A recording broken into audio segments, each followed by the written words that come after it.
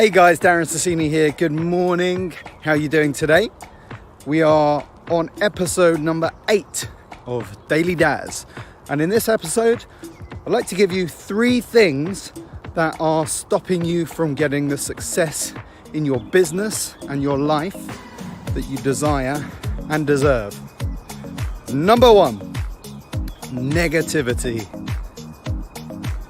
We've all come across negative people before. You know what I'm talking about. People that see the glass half empty as opposed to those optimists like me who see the glass half full.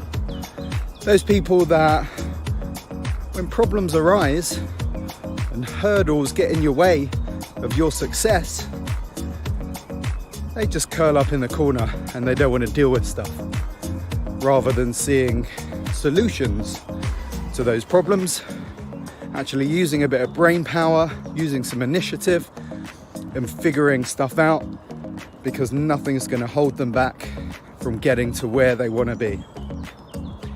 You know, those kind of people who you jump on LinkedIn or Facebook or any other form of social media, and it's the same people who are just bringing everyone down with their negativity just for the sake of it.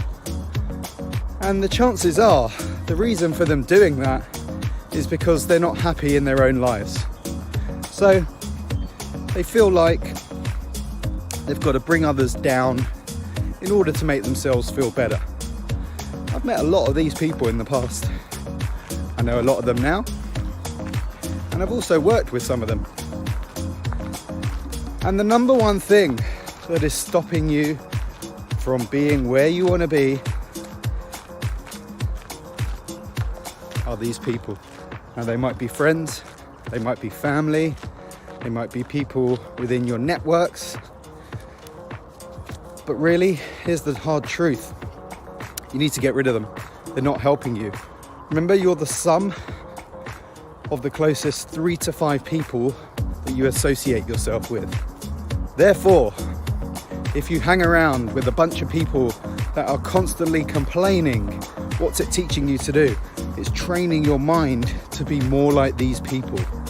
And that is not a place you want to be.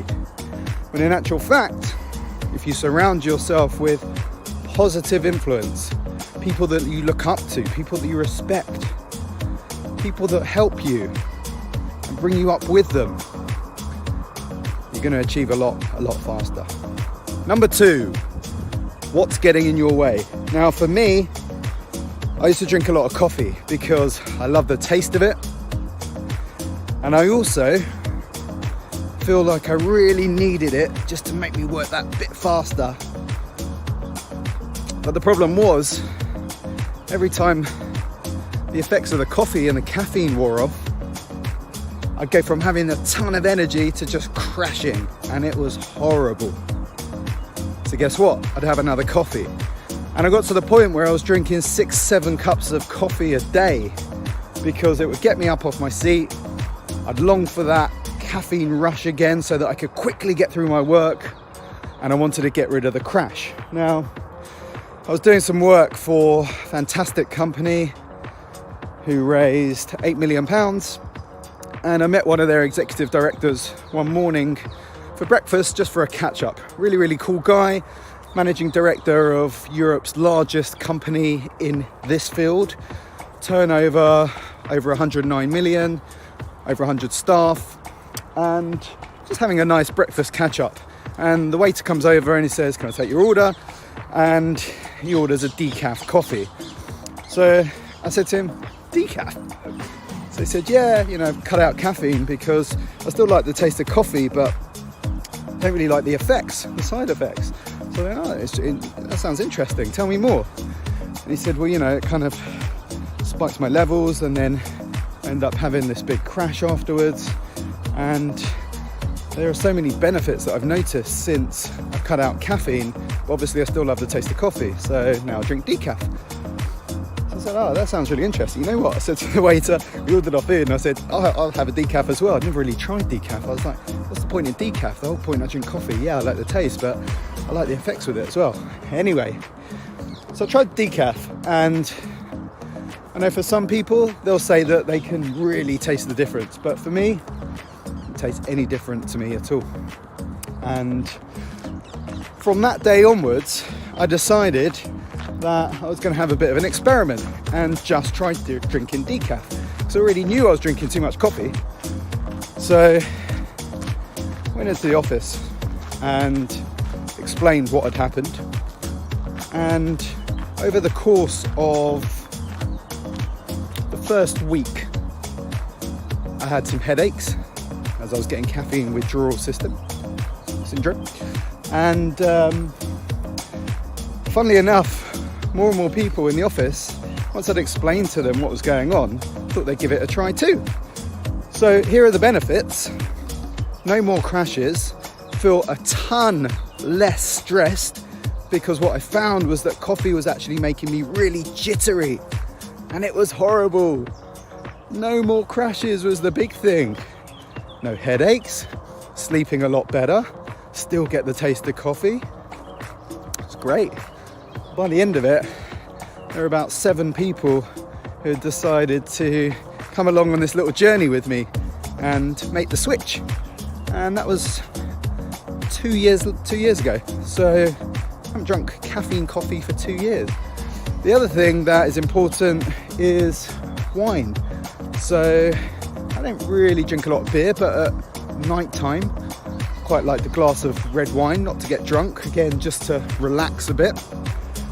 Really like the taste of red wine, and got into that bad habit with Holly of just drinking a bit too much wine. And every so often I'd have a bit of a wake-up call and I'd go, this really isn't good for us. It's quite calorific, putting on a bit of weight because of it. It's quite expensive.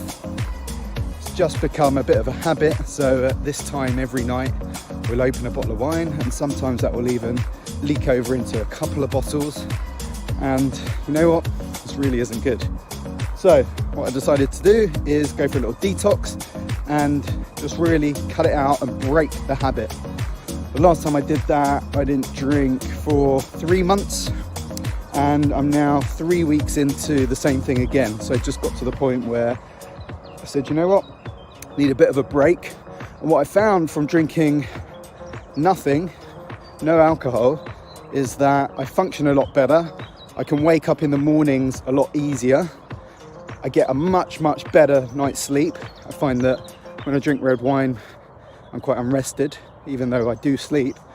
It's far better without. So number 2 is, what are you doing in your life? What substances are you consuming that maybe you could also try cutting out, just to test it, just to see what happens, just to see if you're more productive, see if you have a better night's sleep, to see if you're less stressed, to see if you can get rid of those jitters if you have them or ever experienced them. Or maybe like me with the coffee, you didn't really know you were experiencing them until you cut it out. So that's number 2. And number 3 is learning. Every single day I learn. If you're just driving along in your business and you're doing the same thing day in, day out, and you're scratching your head sitting there wondering why you're not getting anywhere, it's because you're not learning anything new. Einstein defined this as the definition of madness. Doing the same thing over and over again, but expecting a different result. It's ludicrous, isn't it? So up there, and number 3, I made it my prerogative to learn and improve my self-development every single day. But more than that, learn from others. Learn from other successful people, what they've done, how they've got there, how they think, how they act. And having done this for the last 15 years or so, imagine learning at least one thing every day for 15 years. Imagine how much knowledge you have. Imagine how much that's going to help you improve your business. Now, there are different ways you can do this. You can subscribe to DailyDaz and pick up tips and tricks and some